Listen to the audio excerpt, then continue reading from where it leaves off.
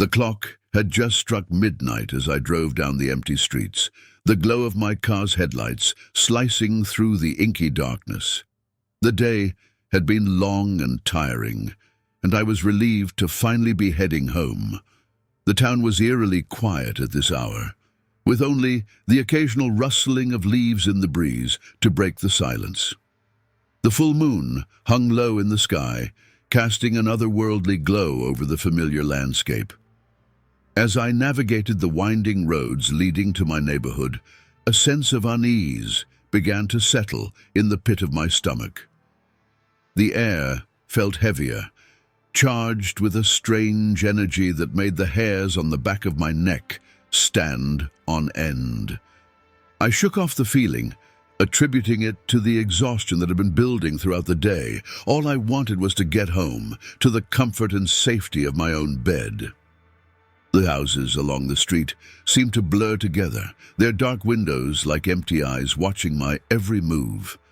The streetlights flickered intermittently, casting fleeting shadows that danced and twisted in the periphery of my vision. I turned up the volume on the radio, hoping the familiar tunes would drown out the growing sense of dread.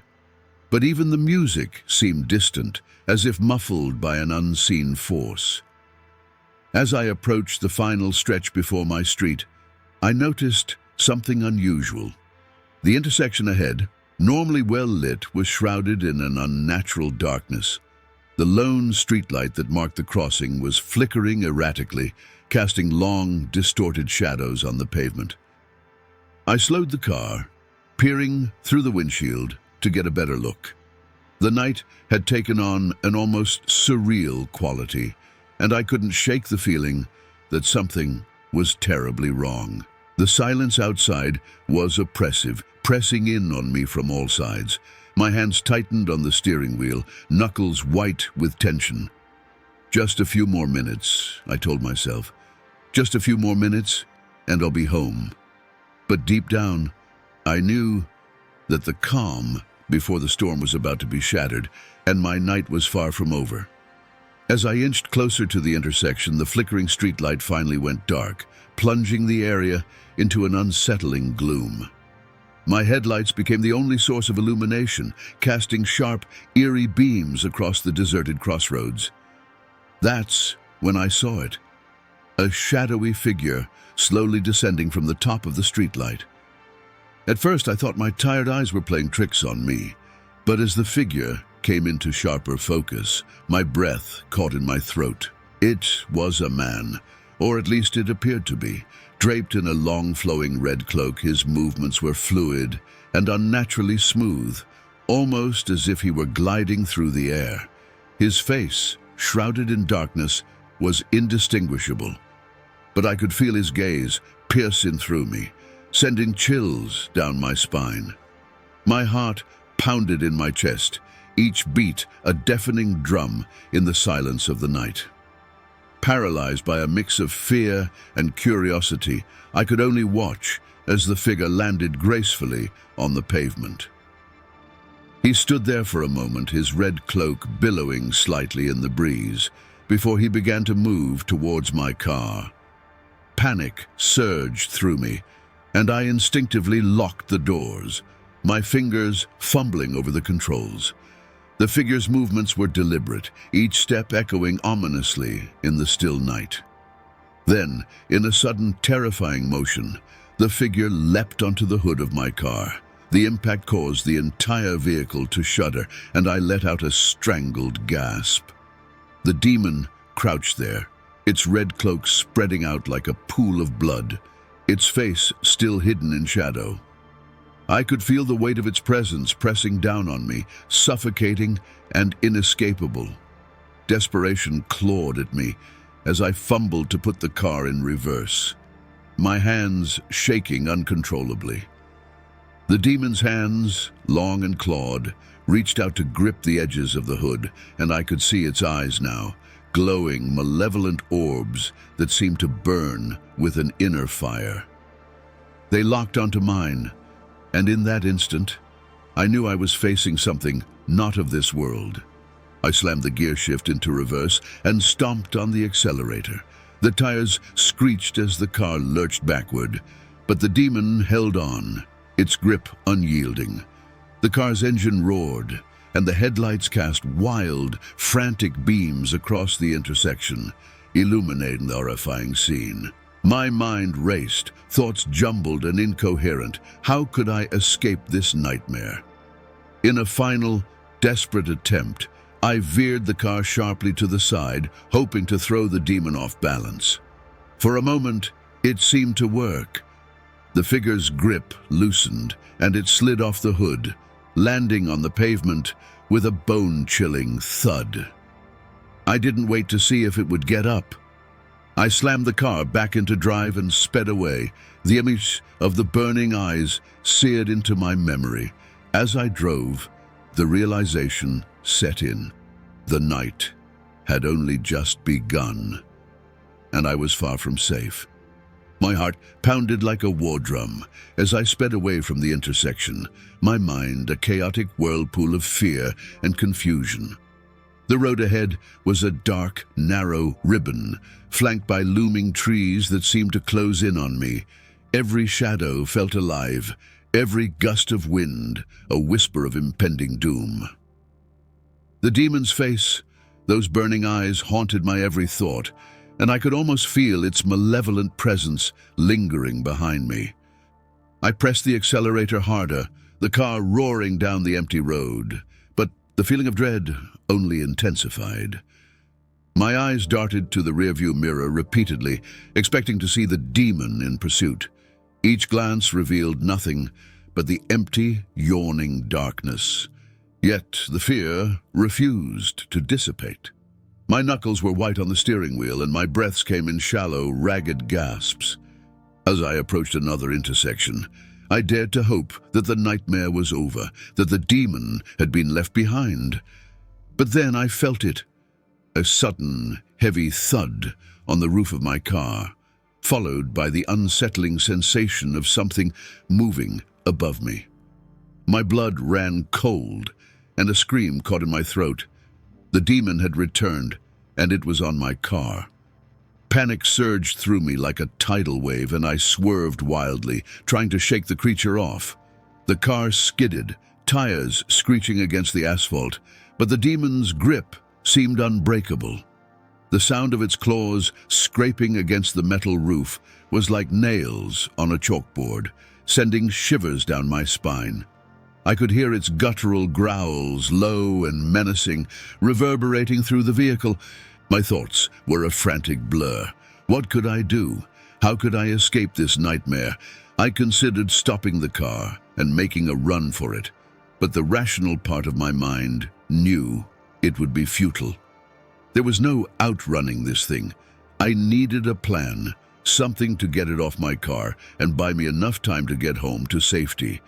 In a desperate bid to dislodge the demon, I began to zigzag down the road, hoping the erratic movements would throw it off balance. The car lurched violently from side to side, and I clung to the steering wheel, fighting to maintain control. The demon's growls grew louder, more agitated, and I could feel the weight shifting above me. Suddenly, an idea sparked in my mind, a risky, reckless idea, but my only hope. I scanned the road ahead, looking for a sharp turn or a tight corner, somewhere I could make a sudden maneuver.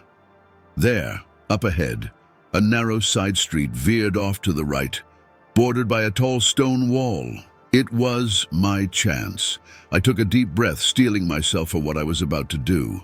As I neared the turn, I yanked the steering wheel hard to the right, sending the car into a screeching drift. The tires screamed in protest, and the car swerved dangerously close to the wall. For a heart-stopping moment, I thought I would crash, but then the demon was flung from the roof, its claws scraping desperately against the metal before it lost its grip and tumbled to the ground. I straightened the car, my heart racing, and sped down the side street, not daring to look back. The night closed in around me, but the immediate threat seemed to have passed. Still, the fear lingered, gnawing at the edges of my sanity. I knew I couldn't let my guard down. The demon might be gone, but the night was far from over, and the shadows held more terrors yet to be revealed. The adrenaline from my narrow escape still coursed through my veins as I navigated the narrow side street, my eyes darting to every shadow, every flicker of movement. The demon was gone, but the fear lingered, a heavy weight on my chest. The road seemed to stretch endlessly before me, a dark tunnel with no end in sight. My mind raced, replaying the events of the night, struggling to comprehend the horror I had witnessed. Just as I began to believe I was safe, the road ahead took a sharp turn, leading me back onto the main highway. The transition was jarring, the open expanse of the highway a stark contrast to the claustrophobic side street. I took a deep breath, trying to steady my nerves.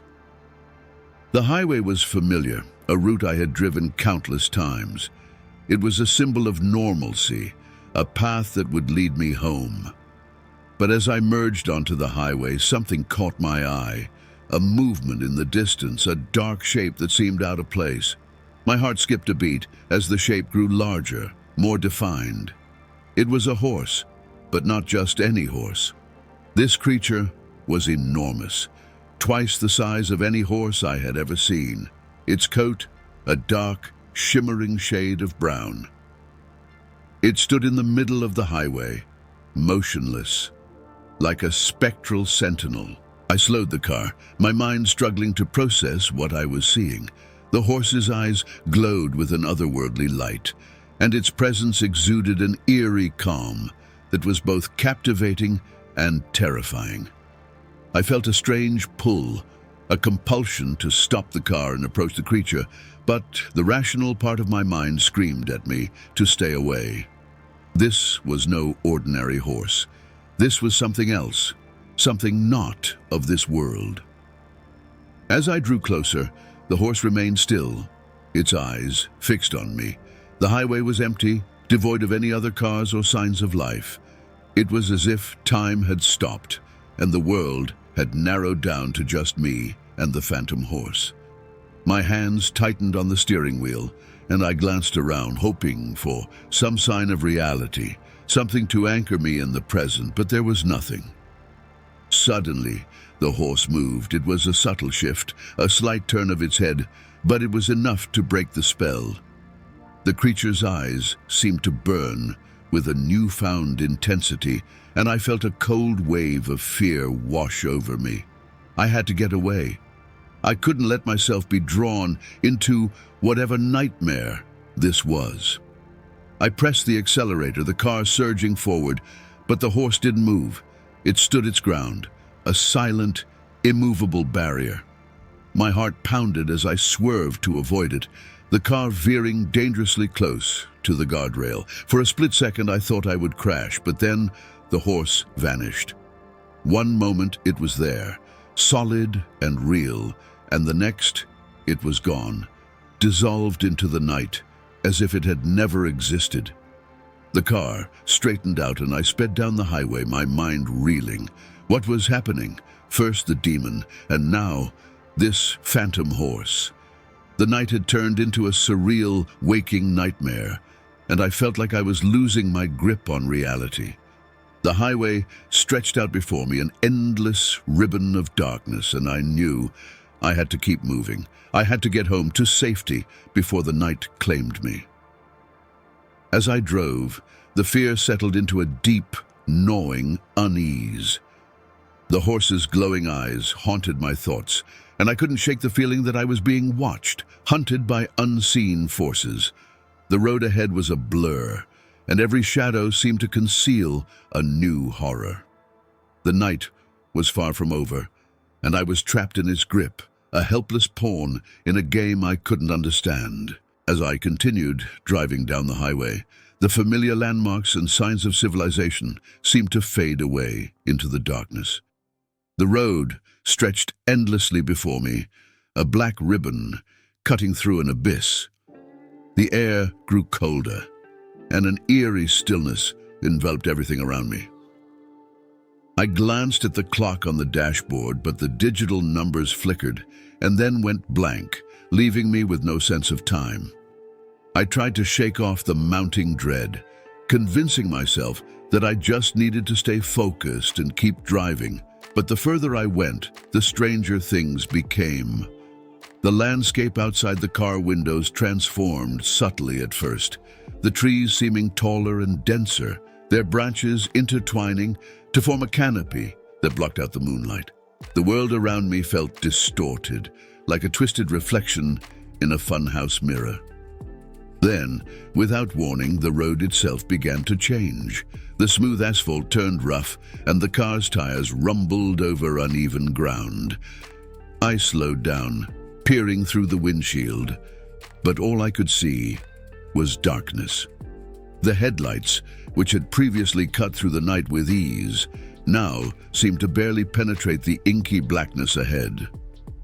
I felt as though I was driving into a void, an empty expanse that stretched infinitely in all directions. Panic clawed at my mind, and I gripped the steering wheel tighter, my knuckles white. I had to be close to home. I had to find my way back. But the familiar road signs and markers were gone, replaced by an unending, featureless expanse. My GPS offered no help, its screen a static-filled mess, and the radio emitted only white noise. I was alone in this strange, otherworldly place. As I drove on, the road seemed to narrow, the darkness closing in around me. The car's headlights flickered, and I fought the urge to stop and turn around. I needed to push forward, to escape this nightmare. But the further I went, the more surreal my surroundings became. The asphalt gave way to a surface that looked like black glass, smooth and reflective. It felt as though I was driving on the surface of a vast, dark ocean. Then, in a moment of horrifying realization, I saw it. The world around me had changed entirely. I was no longer on a road, but on an endless stretch of dark water. The car seemed to float, the tires barely touching the surface. I glanced around frantically, but there was no land in sight, only the vast, empty sea. My heart pounded in my chest, and I felt a cold sweat break out on my forehead. I tried to rationalize what I was seeing, but it defied all logic. How could I be in the middle of the ocean? I had been driving through my neighborhood, not anywhere near the coast. The fear grew overwhelming, and I could feel my sanity slipping. I had to get out of here. I had to find solid ground. Desperation took hold, and I pressed the accelerator, hoping against hope that the car would somehow carry me back to reality. The engine roared, and the car surged forward, but the dark water stretched on, unending. I glanced at the rearview mirror, but there was nothing behind me, only the same black expanse. The world had become a nightmarish void, and I was trapped in its center. As the minutes stretched into an eternity, I began to doubt my own senses. Was this real? Was I dreaming? The line between reality and nightmare blurred, and I struggled to hold on to my last shreds of sanity. I needed to keep moving, to find a way out of this dark, watery prison. But the more I drove, the more hopeless it seemed. The night had swallowed me whole, and I feared there was no escape. As the endless stretch of dark water continued to surround me, I felt my grip on reality slipping. The world had transformed into an alien, nightmarish landscape, and I was caught in its grip. Every instinct screamed at me to keep moving, to find a way out. But the oppressive darkness and surreal environment made it increasingly difficult to hold on to my sanity. I forced myself to focus on the car's interior, using the familiar details to ground myself: the worn leather of the steering wheel, the faint glow of the dashboard lights, the rhythmic hum of the engine. These small, ordinary elements became lifelines in the sea of madness. I took deep breaths, trying to calm my racing heart, but the fear gnawed at the edges of my mind, threatening to consume me. I clung to the hope that this was all a terrible dream, that I would wake up in my bed and laugh at the absurdity of it all, but the cold, clammy air and the steady rumble of the car beneath me were all too real. I couldn't afford to lose myself to panic. I had to stay focused to find a way out of this nightmare. As I drove, I began to notice subtle changes in the environment. The dark water around me seemed to ripple and shift, as if alive with some unseen force. The air grew heavier, thick, with a palpable sense of malevolence. Shadows danced at the edge of my vision, fleeting and elusive, but always there. I couldn't shake the feeling that I was being watched, hunted by unseen eyes. I tried to remember the route I had taken, hoping to retrace my steps and find my way back to familiar ground.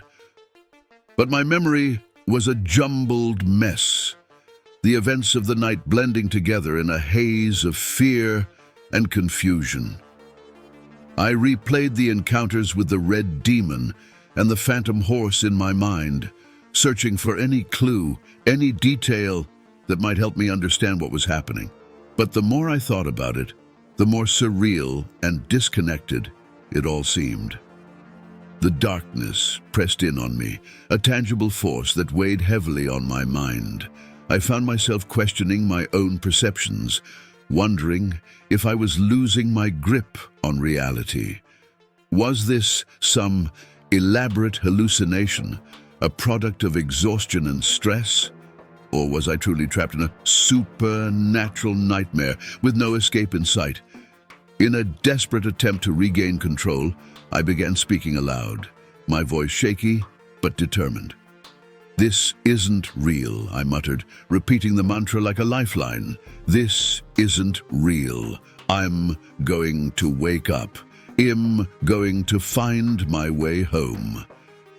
The sound of my own voice, however small and fragile, provided a semblance of comfort, a reminder that I was still here, still fighting. I scanned the horizon, searching for any sign of land, any break in the endless expanse of dark water.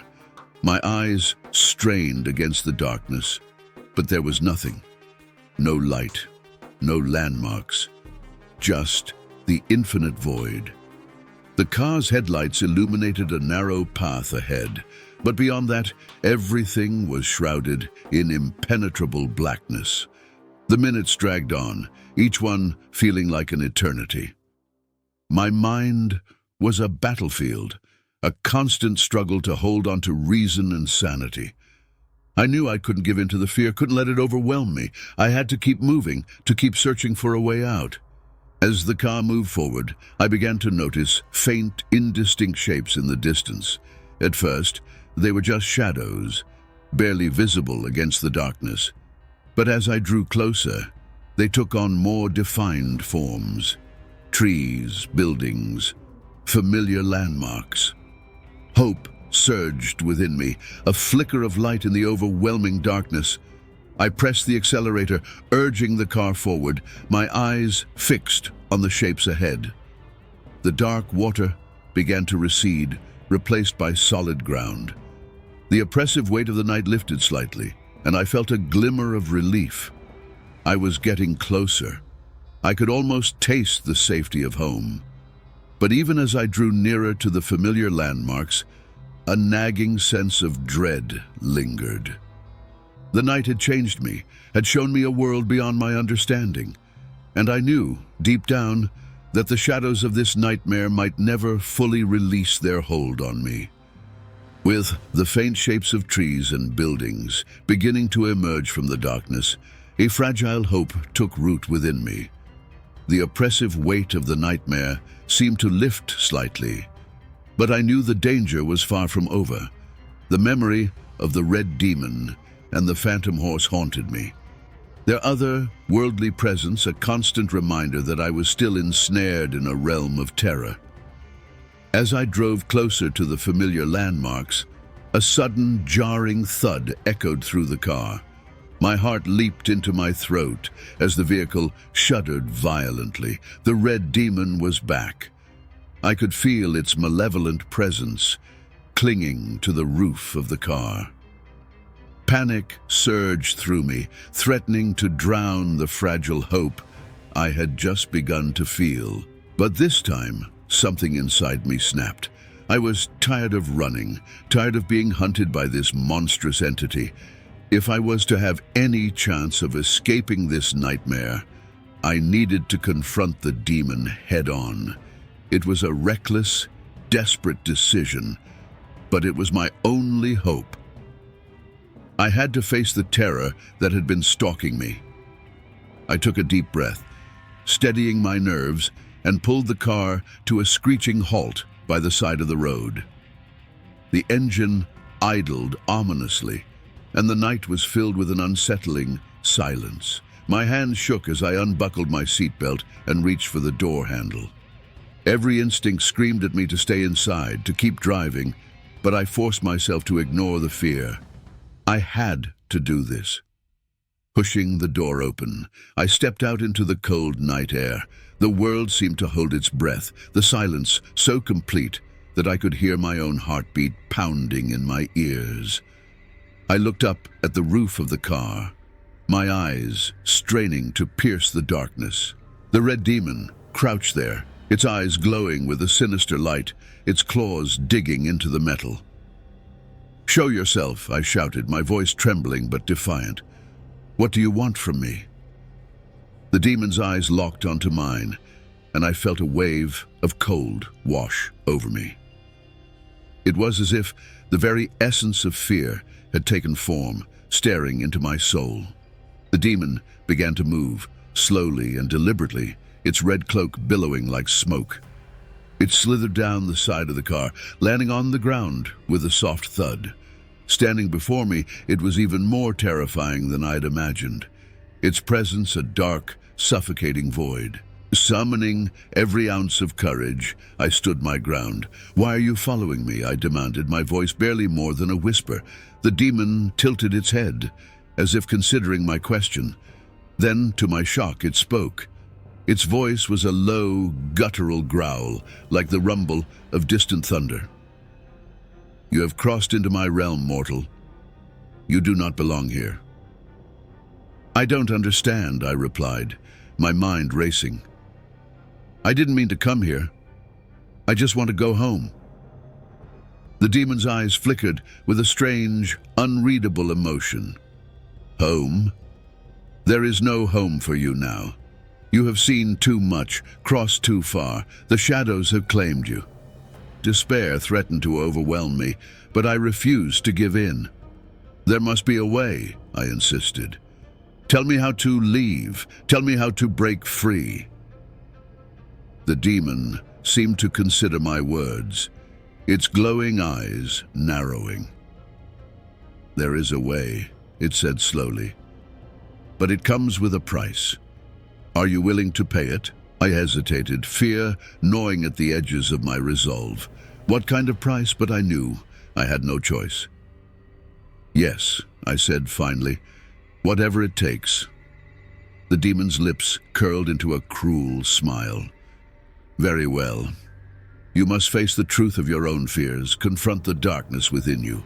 Only then can you break free from this realm." Before I could respond, the demon lunged forward, its claws outstretched. I braced myself, but instead of an attack, I felt a searing pain in my chest. The world around me dissolved into darkness, and I was plunged into a void of swirling shadows and echoes of my deepest fears. The nightmare was far from over, but now I knew what I had to do. I had to confront the darkness within, to face the fears that had brought me to this place. Only then could I hope to escape. As the demon's claws seared into my chest, I felt a violent pull, as if being dragged through an icy torrent. My vision blurred, the world around me a maelstrom of shadow and fear. I braced myself for the worst, for the end. But then, just as suddenly as it began, the pain ceased.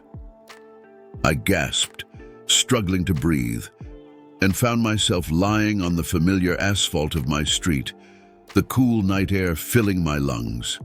For a moment, I could only lie there, dazed and disoriented. The oppressive weight of the nightmare had lifted, replaced by the quiet normalcy of my neighborhood. I sat up slowly, every muscle aching, and looked around. The familiar houses, the dim streetlights, the gentle rustling of leaves in the breeze, it all felt surreal, like a dream within a dream. But this was real. I was back. I staggered to my feet, the memory of the demon's words echoing in my mind. Face the darkness within. The ordeal had changed me, had forced me to confront fears I hadn't known I carried. As I looked around, the world seemed sharper, more vivid, as if I was seeing it through new eyes. But the shadows lingered at the edges of my vision, a reminder that the nightmare was never truly over. I approached my car, still parked haphazardly by the side of the road. The metal was cold under my fingers, grounding me in the present. I glanced at the roof, half expecting to see the demon perched there, but it was empty. With a shaking hand, I opened the door and slid into the driver's seat. The engine started with a familiar hum, a comforting sound after the night's horrors. Driving the short distance to my house, I couldn't shake the feeling of being watched. Every shadow seemed to hide a pair of glowing eyes. Every rustle in the bushes, a reminder of the otherworldly creatures I had encountered. But I forced myself to focus on the road, on the familiar path that would lead me to safety. The streetlights flickered as I passed, casting eerie patterns on the pavement. When I finally pulled into my driveway, I let out a breath I hadn't realized I'd been holding. The house loomed before me, a sanctuary of warmth and light. I hurried inside, locking the door behind me and leaning against it, my heart still racing. The silence was comforting, but the fear lingered, a dark stain on my thoughts. I moved through the house in a daze, checking each room, as if expecting to find some remnant of the nightmare. But everything was as it should be. The familiar clutter, the soft glow of the lamp in the living room, the faint hum of the refrigerator in the kitchen, it all spoke of normalcy, of safety. Yet the shadows seemed to whisper of the horrors I had faced, and I knew that the experience had left a mark on me that would never fully fade. Collapsing onto the couch, I buried my face in my hands, the events of the night replaying in my mind, the red demon, the phantom horse, the endless expanse of dark water. It all felt unreal, yet too vivid to be a mere dream. I had crossed into a realm of nightmares and somehow found my way back, but the line between reality and the supernatural had been blurred forever. Bist du nicht zuständig,